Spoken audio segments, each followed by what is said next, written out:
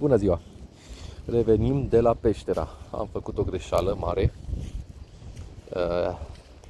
Am făcut aici două video cu ce era înainte și acum urma să fac încă un video cu cum arată după ce am defrișat. Dar mi-am șters din greșeală video. Asta este, am câteva poze ce m-au mai rămas și vreau să fac un video cu cum arată acum. Normal, uitați la ambele. A fost foarte mult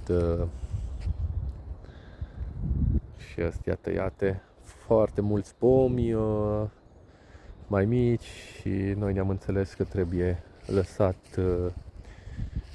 terenul curat. Doar pe lângă gard mai lăsat pomii, în rest tot tăiat ce era pe teren. Da, noi am intrat aici, am făcut curat, am greblat, acum urmează să luăm doar mușuroaiele și cloambele astea ce au mai rămas trebuie lăsate aici până să se uște. Păcat că nu avem ce face cu ele. Nu există încă o firmă care să poată să-i transforme în pellets, în compost sau așa mai departe. Am vrut să fac o firmă pentru așa ceva, dar necesită foarte multe aprobări. Dar asta nu ar fi o problemă, dar necesită și mulți bani investiți de care nu beneficiem chiar acum. Suntem o firmă înființată nu de mult și ne cam trebuie câțiva ani. Am încercat cu niște fonduri europene, dar suntem o firmă, cum v-am spus, acum ce am început și poate în următorii 3 ani, dacă Dumnezeu ne ajută, că totul e dacă Dumnezeu ajută, că așa suntem, o să reușim.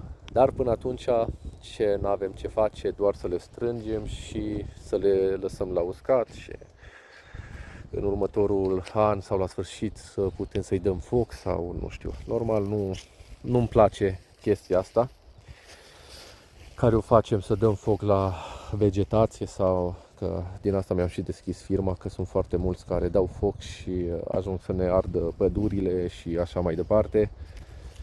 Deși să taie foarte mult, noi le mai dăm și foc. Deci e super mișto.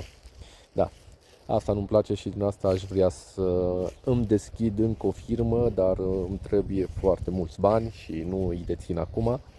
Să putem să facem, să ne cumpărăm niște mașinării de tocat și să putem să dăm resturile vegetale, să le facem pellets și să dăm la oamenii care poate nu-și permit foarte mult să-și cumpere lemn pentru foc, pentru iarnă și să vindem peleții mai ieftin, mult mai ieftin decât sunt pe piață, sau mai există încă o mașinărie care îi face la 3-4 cm, îi toacă și putem să-i vindem la sac. Să ne scoatem doar benzina sau curentul ce îl putem face, dar asta în viitor. Și asta, dacă, cum am spus, dacă Dumnezeu ajută și va fi bine. Din asta ne-am și reîntors. Noi am fost plecați de undeva 12 ani, cred, în Germania.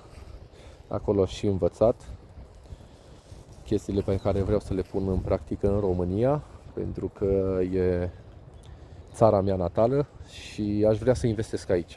Sunt multe, cum să zic, multe opriri sau multe piedici, dar nu renunțăm. O să mergem mai departe și vreau să zona noastră și zonele care vreau să le fac mai ieftin decât sunt pe piață, din cauza vreau să întrețin foarte mult, din cauza să nu mai fie dat foc la vegetație, că ne facem singuri rău, nu răi. Și atunci am intervenit, cred că suntem prima firmă din zona Hațegului care ne-am deschis pentru chestia asta. Nu știu dacă mai sunt, nu am atâtea informații, dar cu regulile și cu absolut tot sunt un pic la pământ. Numai acum ce începem să ne dezvoltăm, pentru că am plecat de când eram foarte, foarte tineri și bine, și acum sunt, dar da. Și vrem să facem un lucru foarte frumos. Planul meu e să dăm la oameni de muncă și să facem o zonă mai frumoasă în zona noastră. Nu vreau să ne punem să candidăm la primării, să facem, nu. Vreau să mă ridic așa încet. Acum sunt singur, mai am un băiat care lucrează cu mine, vreau să-i fac și lui acte, să fie totul în regulă și așa încet, încet să ne mărim firma. Să vedem anul ăsta cât activitate avem și cât putem, dar nu vreau să rămân o firmă mică și să știe 2-3 oameni de noi. Vreau să știe cât mai multă lume și cât mai mult în zona asta, pentru că avem foarte mulți vârstnici care nu mai pot să-și facă grădinile, din asta intervenim noi și ajutăm cu prețuri accesibile, acum să putem să ne scoatem și noi benzina și ce facem mai departe, salariile noastre și sper să reușim.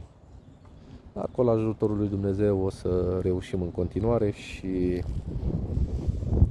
cu ajutorul vostru, poate că o să ne chemați la defrișări, la tuns de gazon, să putem să facem o firmă mare și să putem face și pentru, da, uite, resturile astea care rămân, pentru că sunt pădurite zone frumoase în care poți să-ți faci un camping, poți să-ți faci, nu știu, din asta suntem chemați, să putem să lăsăm bec și lună după noi și, da, astea mă enervează, că n-am ce face, n-am unde să le duc și dacă să le duc, toți oamenii ori le iau și trebuie să plătești să le dau foc sau nu știu, pentru că nu dispun de o mașinărie mare să putem să le tocăm. Dar în curând o să ne permitem să ne cumpărăm și mașinăria aia, dar așa ușor. Ok, deci și să ne dați de lucru, putem să ne contactați în privat, venim la fața locului, constatăm, vedem ce avem și ne înțelegem la preț și toate procedurile corecte să le luăm. Vă mulțumim că ne urmăriți și dați o distribuire sau să ne ajutați cu ceva. Nu vreau să cerșez, nu vreau să fac absolut nimic, dar doar dacă vă place ceea ce faceți, puteți să lăsați o inimioară sau un comentariu cu... Nu mai știu ce să mai zic. Dar o să vă pun și pozele cum a fost aici și cum arată. Acum îndreptăm, adică luăm mușuroaiele astea, le cărăm în altă parte. Le găsim un loc acolo. Nu mai trebuie să fie pe teren, că aici trebuie să tundem și o să întâmpinăm probleme după aia. Că o să băgăm o tocătoare să putem să facem totul, să liberăm.